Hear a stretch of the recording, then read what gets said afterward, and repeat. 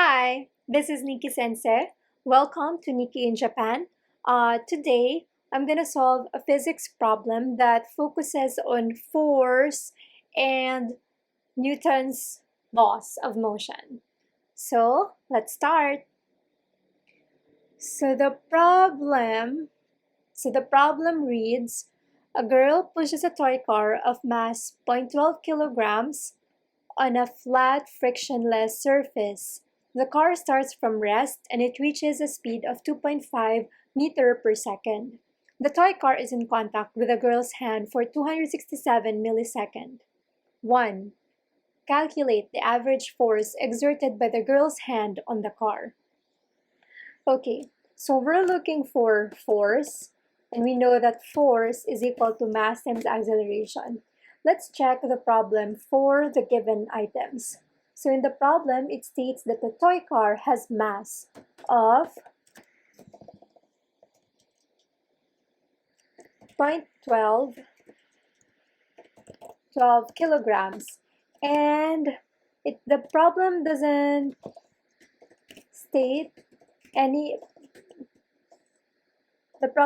mention any acceleration, so I'll put a question mark there.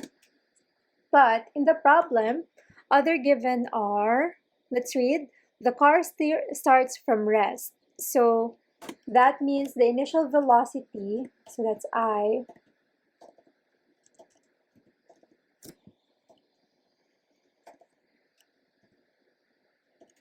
the initial velocity of the car is equal to 0 meter per second, and the final velocity of the car equals 2.5 meters per second.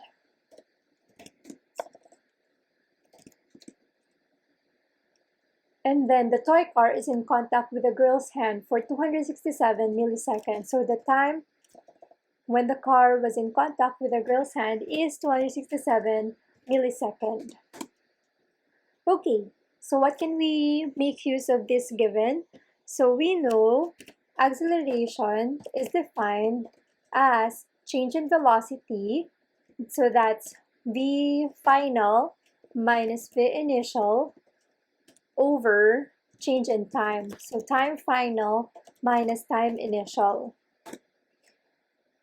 From the given, the final velocity is 2.5 meters per second, and the initial velocity is 0 meters per second, 0 meter per second.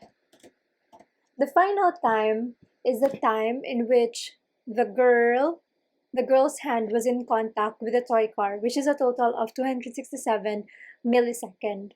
The initial time would be 0 because that's the start of the period. So we have 267 milliseconds, right? But I want to convert 267 milliseconds to seconds. So I do that by using dimensional analysis. I know that 1000 milliseconds equals 1 second. So in dimensional analysis, I start writing the given number, the given variable, which is 267 milliseconds, and then I multiply that with my conversion factor.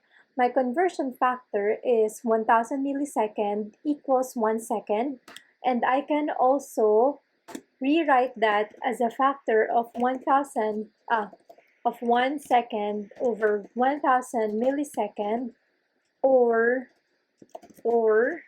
1000 milliseconds over 1 second.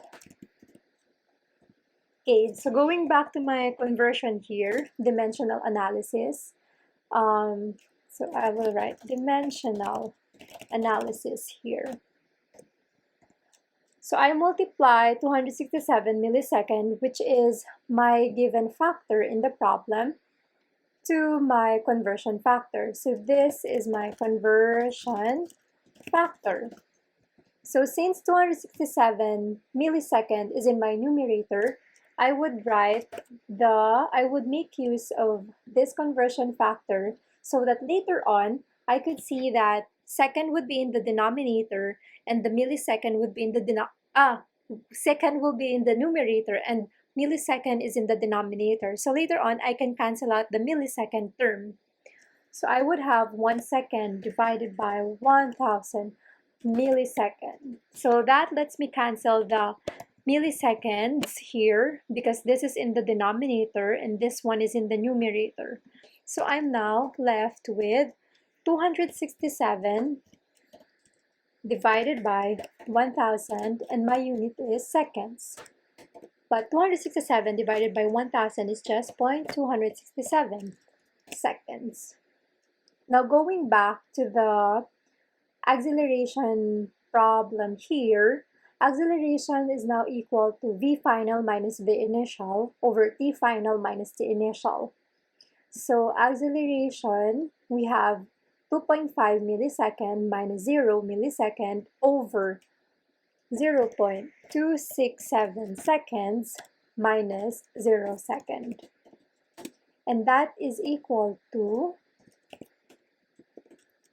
2.5 millimeter per second divided by 0.267 seconds, or that is just 2.5 divided by 267 equals, so the acceleration is 9.363 meter per second squared. Meter per second, where's the correct? Squared. Or I have to express this answer on paper. I'm expressing all my final numbers into the least amount of significant figures. So I use the variable velocity, which has 2 significant figures, and time, which has 3 significant figures. So the least amount of significant figures from the problem would be 2. So I should express this as 9.4 meter per second squared.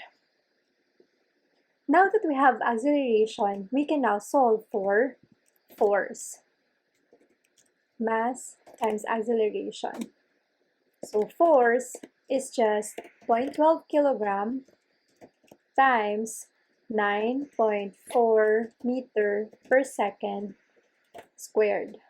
But I will use the whole number, this very long number in my calculator and multiply that to 0.12 kilograms so that my answer is more accurate. So I recommend you doing that so like your answer wouldn't be wrong for overestimation. So I'm multiplying this number times 0.12. So that gives me force equals 1.1235 kilogram meter per second squared.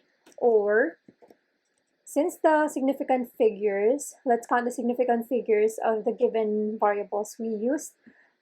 For mass, it's 2 significant figures, and for acceleration, it's 2 significant figures. So I'm going to express the final answer into significant figures, which is 1.1 kilogram meter per second squared, or the SI unit of force is Newton. So to answer the problem here, the average force exerted by the girl's hand on the car is 1.1 Newton. Let's go to the second question. State how Newton's third law applies as the girl pushes the toy car. What is Newton's third law? So Newton's third law states that for every action, there is an equal and opposite reaction. So that means when the girl pushes the toy car pushes her back, but in opposite direction. So a good example would be when someone slaps you in the face, your face slaps back that someone else's hand. Yeah. But for this example, as a girl exerts force in this direction towards the car exerts back the same force but in opposite direction.